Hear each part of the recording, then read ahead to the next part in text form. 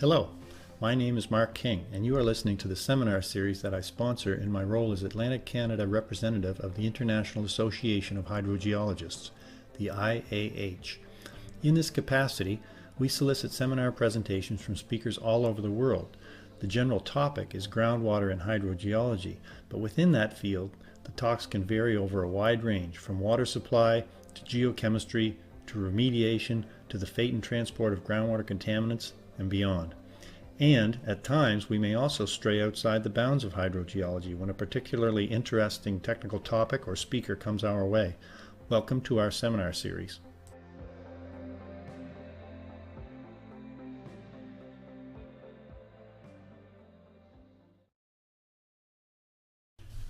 My guest today is Dr. James Barker. Jim recently retired as a professor at the University of Waterloo, and I had the good fortune of having him as my Ph.D. supervisor, these many years ago. Jim remains involved in research and graduate teaching as an Emeritus Professor. Jim's research concentrates on the migration, fate, and remediation of organic contaminants in groundwater. His current research interest is the critical evaluation of novel in situ remedial technologies for groundwater remediation. Jim's presentation today is entitled Source Zones: What can in situ remediation accomplish? In this presentation, he discusses remediation technologies that have targeted source zones containing non-aqueous phase liquids, NAPLs, such as solvents and petroleum hydrocarbons. He discusses studies where these methods have been trialed at relatively simple, sandy field sites in which the NAPL has been emplaced for the purpose of experimentation. He makes the point that 60% mass removal is typical for most in situ technologies, even under these highly controlled research conditions.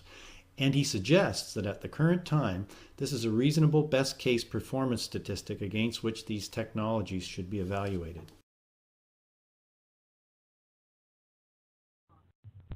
Hi, Jim. How are you? Good, Mark. Good. I haven't seen you since, was it last year in Niagara Falls at the IAH conference? Yeah, and just for a few minutes, remind you again that the IAH is in KW this year at the end of October, so we're hoping to see you again. Yeah, I should be there. I look forward to it. Yeah. So, Jim, you go ahead and start at your leisure, at your own pace. Thanks, Mark. What I wanted to do was to talk a little bit about source zone remediation and what we might anticipate we could accomplish. There's lots of information out there, and I'm really going to emphasize the sort of peer-reviewed publication being academic. So what remedial approaches do we see in groundwater and soil? Well, generally we try to break it up into those techniques that are involved in source zones and those are involved in plumes. So it's clear we're talking about organic contaminants, and a source zone is simply the area where NAPL occurs, either as free product, more commonly as residual. The plume has no NAPL, just dissolved and sorbed contaminants. We'll focus on remediation of the source zones and see what people have accomplished through some trials. So we'll give you some anecdotal reports of success, many of them very credible, and we'll really emphasize then field experiments with controlled sources. That is where we know where the material is, when it went in, what's there, and most importantly, how much is there. We can then remediate it and try to estimate what we've recovered. We can express our accomplishment in terms of percentage removed, etc. We'll talk about flushing technologies, soil vapor extraction, some air sparging techniques, a little bit about in situ chemical oxidation. Thermal technologies I'll mention, although I'm certainly not knowledgeable about them at all. So you'll read the literature, and there's lots of people who have credible reports that they've succeeded in meeting some standards. One of the best ones, I think, was Beth Parker with a DNAPL source in Florida. We believe that she's been able to remediate it without rebound. And that's one of the few cases where rebound wasn't reported. So it does happen. This is a refinery in Mexico City that was remediated. I've never seen so much PVC pipe in my life spread across the ground. It's a small refinery. The driver was Mexico's 200th anniversary of independence. The president of the country had promised that this would be a park where they could celebrate that. And this is the site, I believe, about 2 years before then. Here's the site shortly after the celebrations.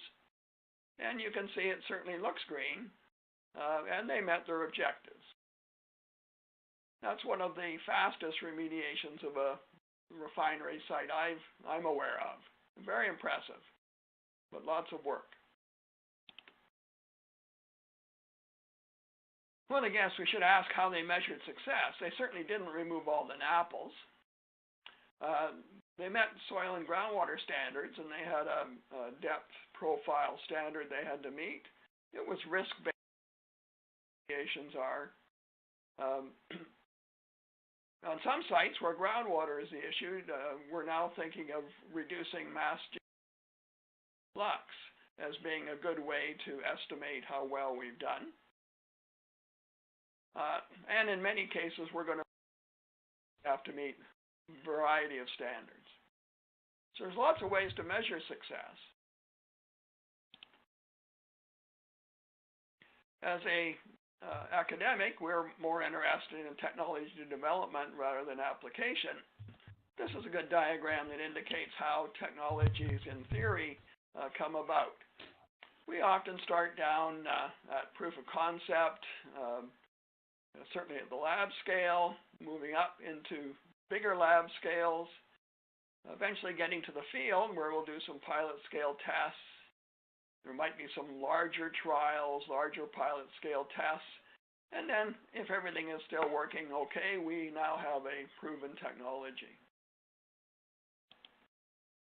I think the only technologies that are proven for groundwater are really pump and treat and monitor natural attenuation. Many people will argue that other technologies are at this stage. I would argue that many of them we're not have enough experience with them to know what exactly we're doing. So generally, we can move up that ladder in theory. Quite often, we skip over. Providers of technology are quite anxious to move from small-scale lab experiments to large field trials and full-scale systems. So quite often, we avoid some of the middle intervals. The studies I'll present to you have really been, in general, follow-ups when people have recognized that the proven technology really wasn't as proven as they had hoped.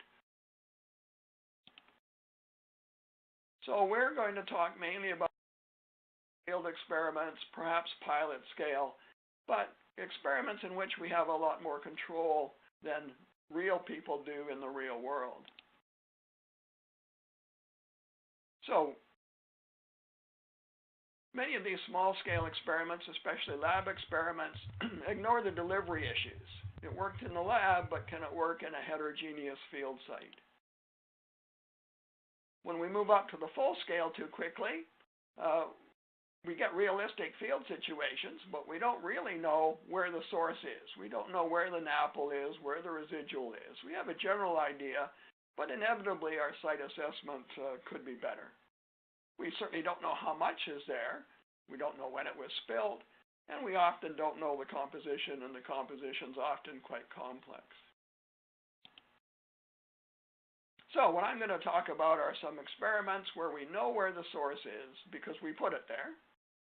We know how much is there because we put it there, and we know the composition because we put it there. These are the technologies where those situations exist. That's a fair number of innovative, let's say, in situ technologies and thermal heating at the end. There are two sites where these experiments have occurred. There's a couple more, but most of the experiments have occurred either at Dover or at Borden in Ontario. Dover, Delaware is a military base, and it became a national test site facility when they established some test cells. So really what they did was isolate segments of the natural aquifer with Waterloo sealable sheet piling, and were able then to conduct experiments under controlled conditions but in a natural setting. Dover is interbedded sand silts, a bit more complex than Borden.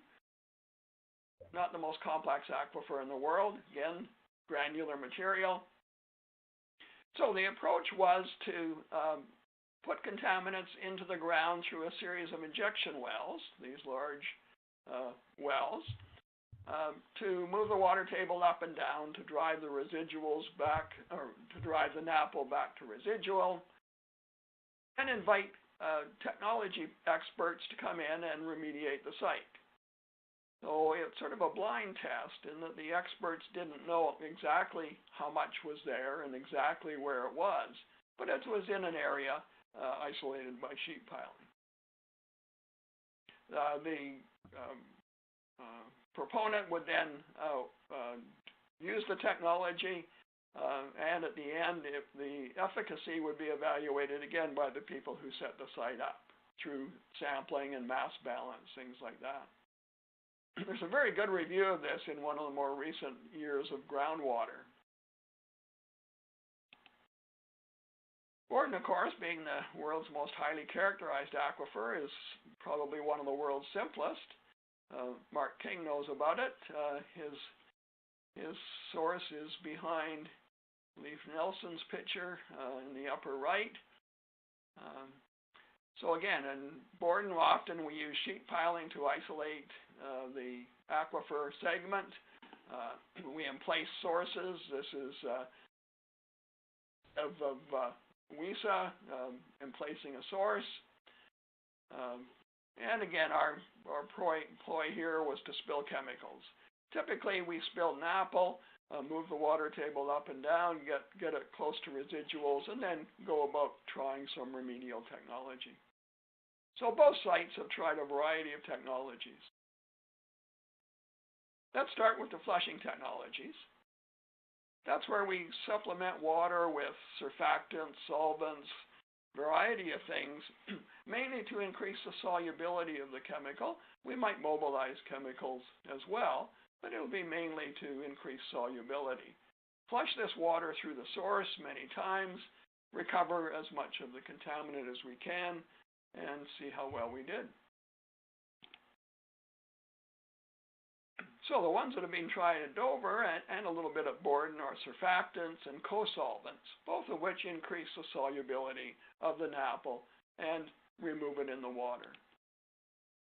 One of the first solvent surfactant flushing experiments was done by John Fountain at Borden in a 3 meter by 3 meter cell.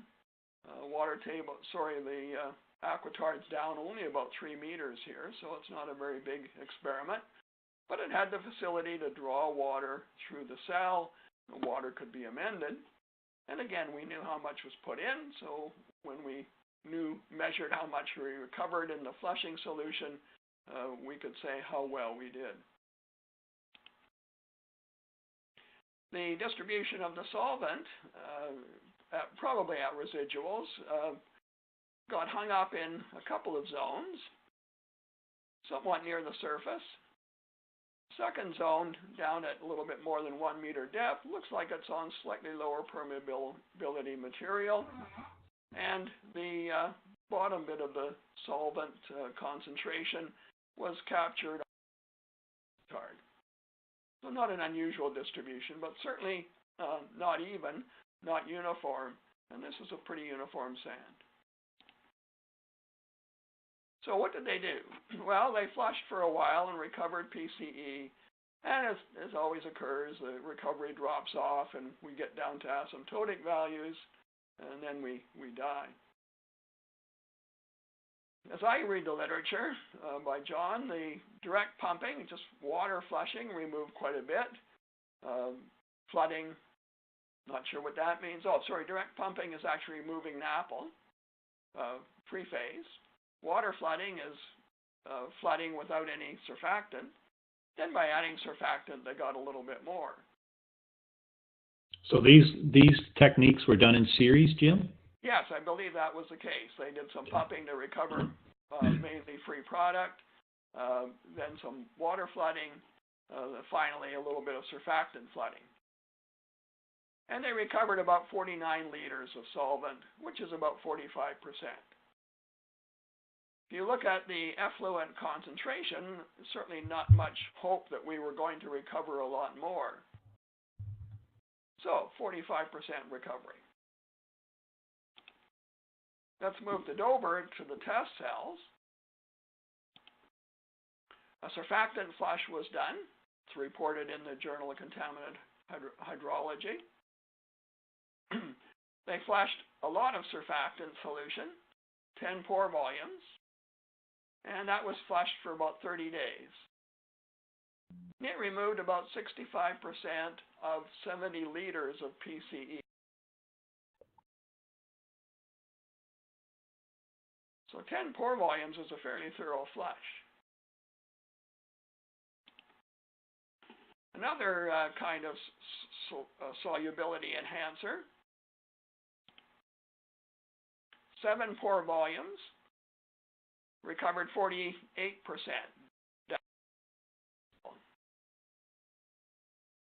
The surfactant and cyclodextrin were optimized in terms of the chemistry. So I think these low recoveries are in fact the limitations of the hydrogeology. They're not poorly designed flushing experiments. It's just what nature is resisting our cleanup. It's just a little bit about co-solvent ideas. It's a variety of ways to increase solubility. Here's a little wee lab experiment, tens of centimeter scale, thin wall, John Chatzis type cell. It's loaded with residual gasoline, and then a light is shone from behind. The gasoline turns dark in terms of its appearance, the residuals. In this case, Everton de Oliveira introduced ethanol from one side and flushed it across hydraulically. And you can see that where the ethanol has been, there's no more residuals. Interesting phenomenon, the residuals that are picked up are also getting redeposited at the front of the ethanol plume. But the key of this one is that the ethanol flush can in fact clean up the aquifer. So co-solvent was used at Dover.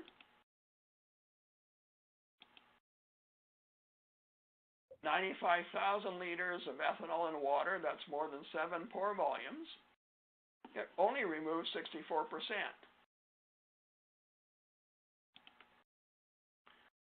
A different co-solvent flushing, different co-solvent, again, many pore volumes, did a bit better, 70.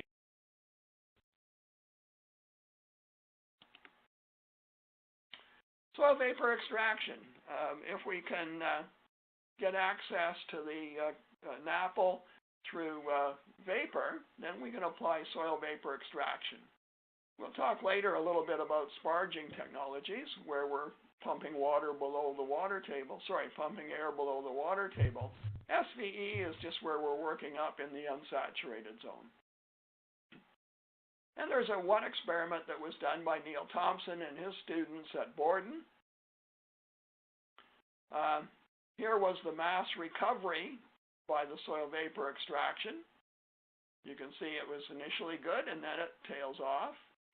And I guess if it was a Ph.D., we could have carried on the pumping for a lot longer, but there's no real indication we'll recover more. And again, we're removing 60-odd% of the PCE that was released into the Borden aquifer. There are a variety of optimizations and other technologies, soil vapor extraction, and they might do a lot better. We'll look at a couple as well here. Air sparging was done at Dover. And it did quite well. It recovered 89% of 64 liters. So better than Neil's, but not a lot better. Getting close to the.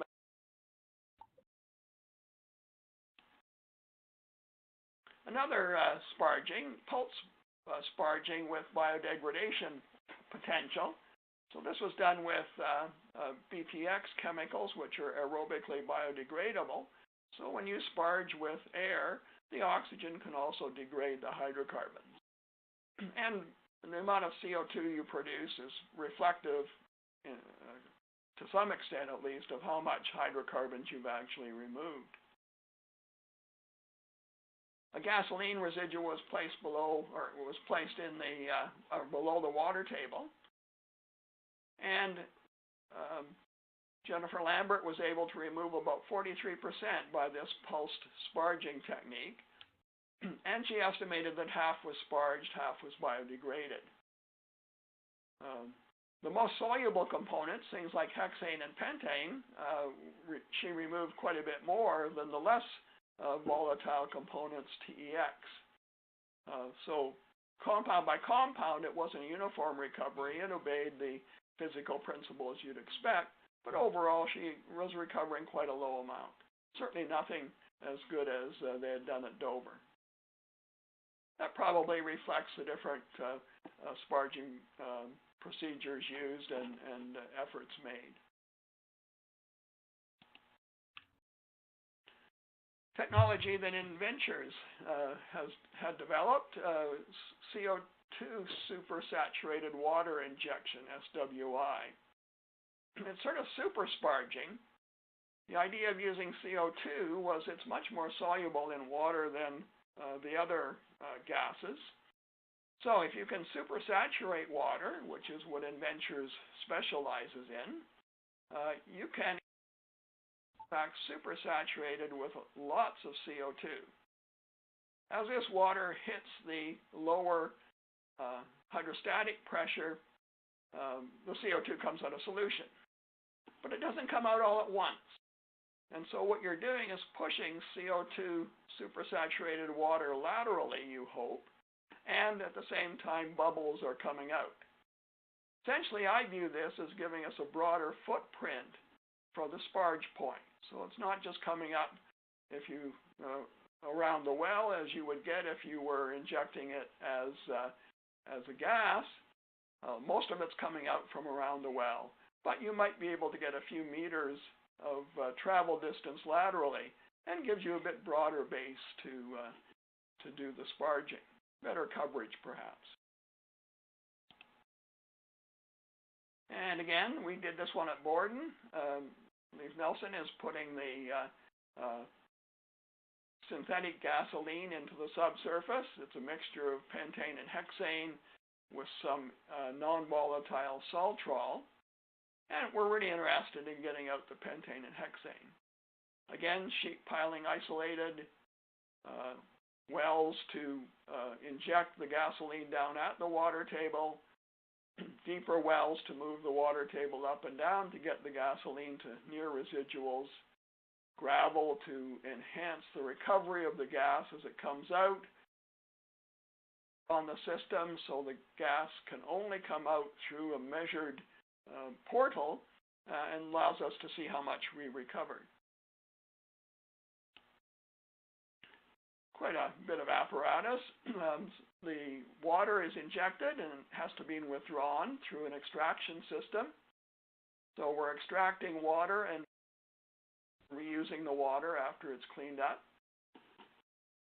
Need lots of CO2 and a little place for the supersaturation to occur. Again, here's Leif at a site. Quite a bit of monitoring as always. And with that system, he was able to measure how much mass he recovered. And so pentane, the more volatile component, was recovered fairly well. Hexane was recovered quite well. By the end, we quit with frustration with our system in winter.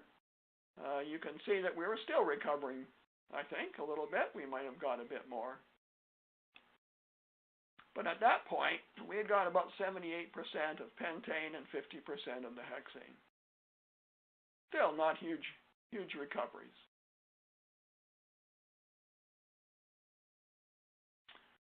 Okay, in situ chemical oxidation, is it the silver bullet? We all hoped it was, but I'm sure it isn't.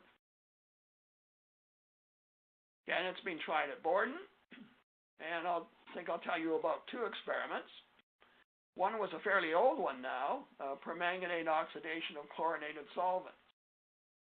This is the only experiment that I know of that really likely removed 100% of the NAPL. But I'll point out to you that the NAPL was emplaced completely mixed in a uniform sand. So the NAPL was not actually occurring in Borden sand. It was mixed in a uniform way in a uniform sand that was placed into Borden in the experiment. If they injected into the Borden aquifer directly and got down to likely close to residuals, their recovery in a subset of experiments was much less.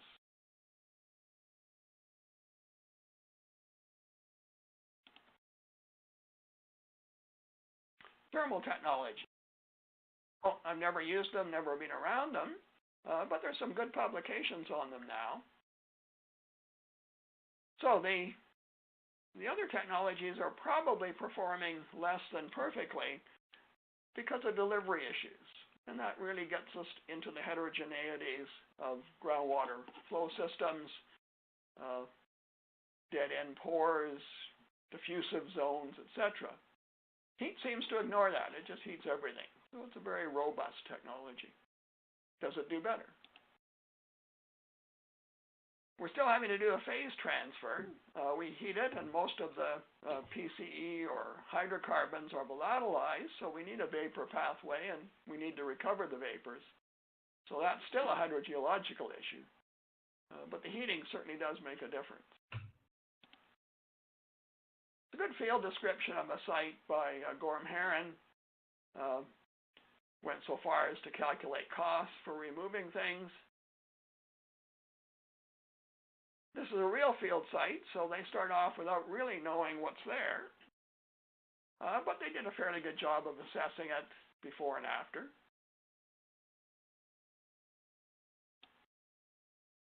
So a variety of heaters, vapor extractors, temperature monitors, pressure monitors.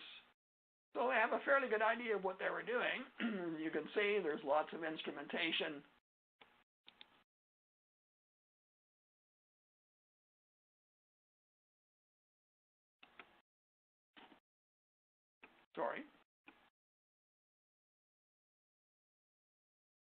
There's lots of instrumentation. So it's a fairly well characterized site.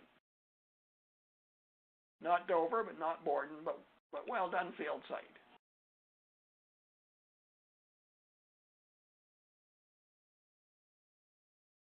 It's hard to find good thermal technology sites. There's been a couple of reviews done. These are people from the University of Arizona. They reviewed a lot of thermal applications, a variety of steam or heating.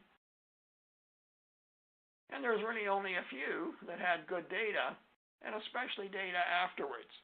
So the potential for rebound was not usually accessed at those sites. 14 sites allowed them to comment on whether or not the groundwater conditions were improved. 9 were improved a lot. Sorry, very little. 5 were improved a lot. And 6 had mass reductions of some significance. Whether those meet objectives will depend on the local objectives, of course.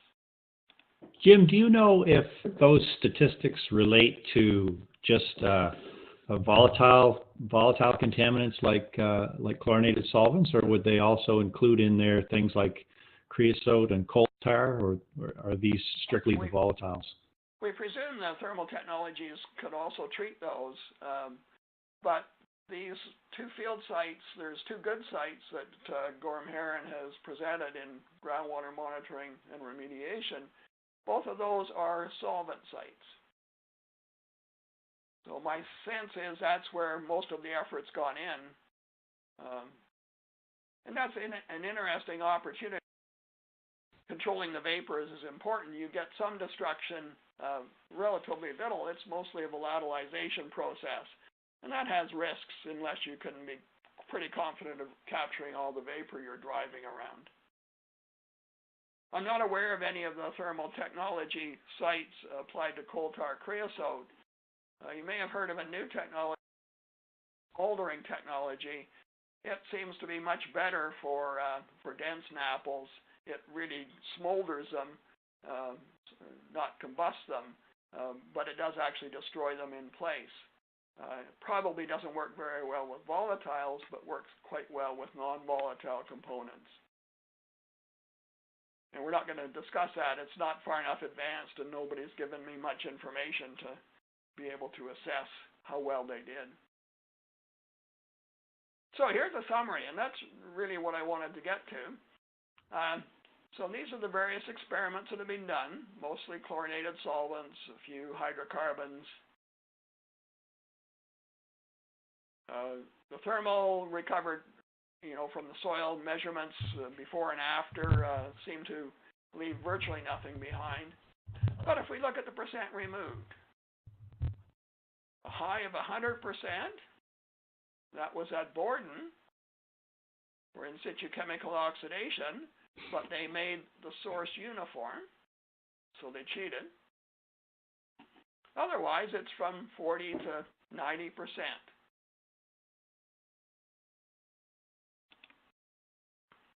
So I think that gives us a good suggestion of what we should. So my guess is that it looks like we're aiming to remove 65% of the NAPL source material when we do these remediations. And these are well done.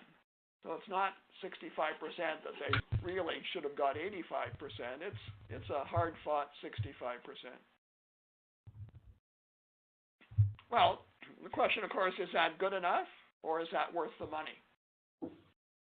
So the real question is, will 65% help meet site-specific remedial objectives? Over the last 10 years, I would guess, there's been a lot of speculation and research, modeling, but again, virtually no field cases where they've tried to estimate the subsequent groundwater concentrations, either mass discharge or actual concentrations, well after remediation was done. And they would like to tie it to situations where they know how much they removed and then can quantify the relationship between how much NAPL you removed versus what the groundwater response was. We don't really know it, but there is, I think, an anticipation in the literature that the relationship is somewhat linear.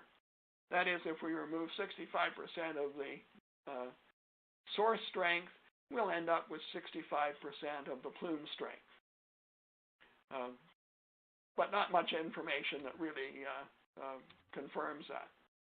Jim, I would think that, if you've removed 65%, then the remaining 35% is sitting in those hard-to-get places, maybe in the places where groundwater also finds it hard to get to, and to dissolve those remaining constituents. So, you would think that, or I would think that it wouldn't necessarily be linear, that it might go down quite sharply in terms of a flux-based mass out.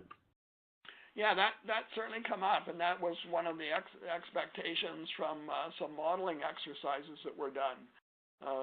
There's a little bit of information come out from the University of Arizona people, very little, and it, if anything, suggests that it's more linear than an exponential decrease. But I think your point is well taken. We might anticipate a lot better performance than a linear performance, given that we're likely to have left the residuals in places that groundwater has difficulty accessing. Of course, all that means, another implication of that is we're going to have perhaps quite low concentrations, but for quite a long period of time. Right. So at times the issue, these active remediations, probably other than thermal, might not be really worth all that much money.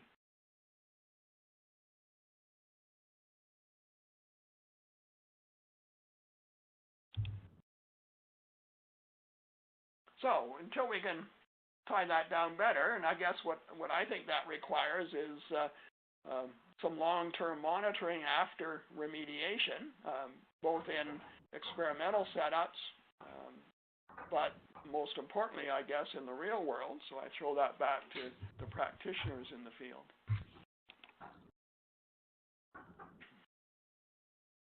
So the most common remediation technology at the moment is monitor natural attenuation. I think there's moral and legal implications that maybe we don't recognize as practitioners. Is there a long-term liability for unremediated sources? Hydrogeologists tend to have this good housekeeper approach. For instance, if there's an NAPL that they can pump out, they really want to pump it out. And to the risk assessment, but we have that tendency to want to get rid of things, and I think that's not a bad idea. So if natural attenuation is enough, is there any advantage to going in and doing more active remediation in the source? Does it reduce long-term liability? Pretty clear, I think, to all of us now that we're not going to remediate many NAPL sources completely. Even thermal technologies have lots of cases where they've left things behind. So we have to accept, I think, that the best we're going to do is partial source remediation.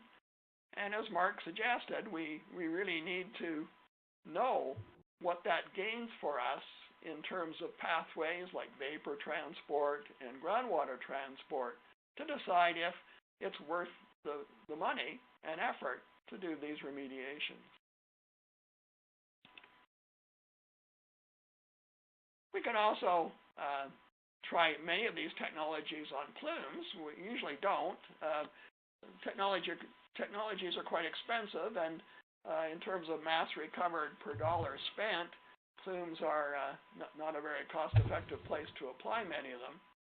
But for plumes, we have other techniques. We have cut-off techniques, pumping. We have reactive barriers, as well as pumping hydraulic controls. So we can certainly cut off a plume. That gives us at least an opportunity to go back and remediate the source. Again, if 65% helps us, more likely, I think what we're trying to do is get the source down to the point where natural attenuation satisfies us. So we need not remediate the whole source, as long as there's some potential for natural attenuation to do the rest of the work. And Jim, do you think that natural attenuation benefit do you think it would be related to a distance of migration or a time of persistence for the source? A distance of plume migration or a time of source persistence? I guess it depends on what the natural attenuation process is. You know, if it's dilution, then it's distance. If it's some chemical reaction, time. Okay.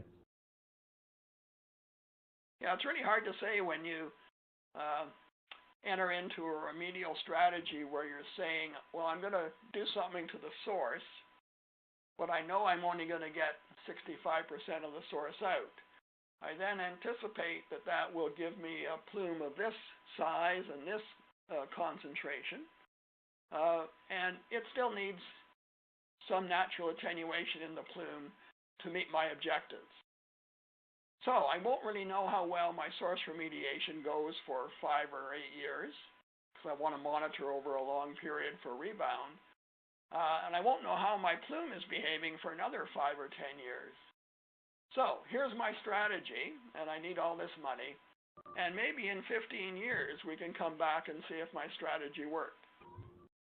Not sure that's a very palatable approach, but that may in fact be what we end up doing.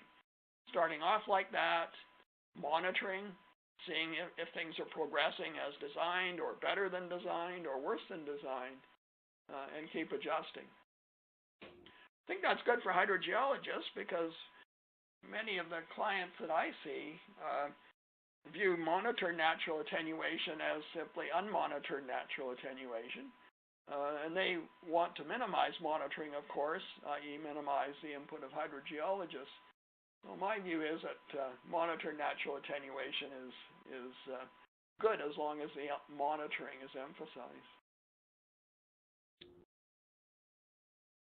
So I don't see much hope in terms of research advances of tweaking flushing solutions or changing the way we do sparging or a new chemical oxidant, changing the success or the degree of remediation very much, because as I think Mark would agree, that many of these techniques involve the delivery of solutions, gas, liquid, and all of those are controlled by hydrogeology, not by engineering. So I think that's the ultimate limitation, and I think we've seen it quite frequently in reasonably simple hydrologic settings. Okay, so given these limitations, Jim, it seems like source remediation, partial remediation, I guess is what you're implying, would almost always have to be accompanied by some form of, it would always be part of a risk-based remediation of some sort, because we're going to have some component of plume persistence. Yeah, that's our worry. Based on this discussion. And that harkens back to the Mexican example that you at the beginning, which was pretty intriguing. Can you give us just a little bit more detail on that one in terms of you did mention that it was a risk-based success. Can you tell us how that worked? And I think you also mentioned that there was a component of vertical characterization there, where what you said was that they had to get the concentrations down in soil. The closer to the surface, the lower the concentrations had to be. So there was some allowably high concentration that was allowed to persist at depth. Is that how it worked? Yeah, exactly. The risk was the risk being protected was exposure of people on the surface, and so it's a vapor transport pathway. So their emphasis was removing the volatile hydrocarbons, and they ended up with a vertically stratified soil criteria. My sense was, I don't deal in those things, but my sense was it was fairly aggressive and might not meet the standard in some places in the U.S., but they had a standard vertically, and that was what they were remediating to. You can see all the PVC piping going all over the place. So they did some excavation. They did some groundwater pumping. They did some soil vapor extraction. They did some biopiling of soils. And in general, they claim that they met their requirements. In talking to the people, I think they're confident there are hot spots that they didn't do all that well, but that was considered in the risk assessment. It's not a place where people were living, or at least supposed to live. It was a place where people were coming and going.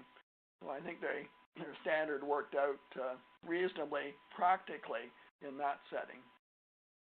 There's a small part of the site that still wasn't cleaned up. It was a real hot spot in one corner, and they were still working on that a year after the rest of the site was cleaned up.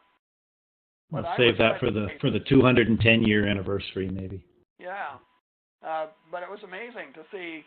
I saw the site 3 times, twice as it was undergoing remediation, and once when it was apart. Quite amazing to see it. I've never seen an operation like that. It was amazing.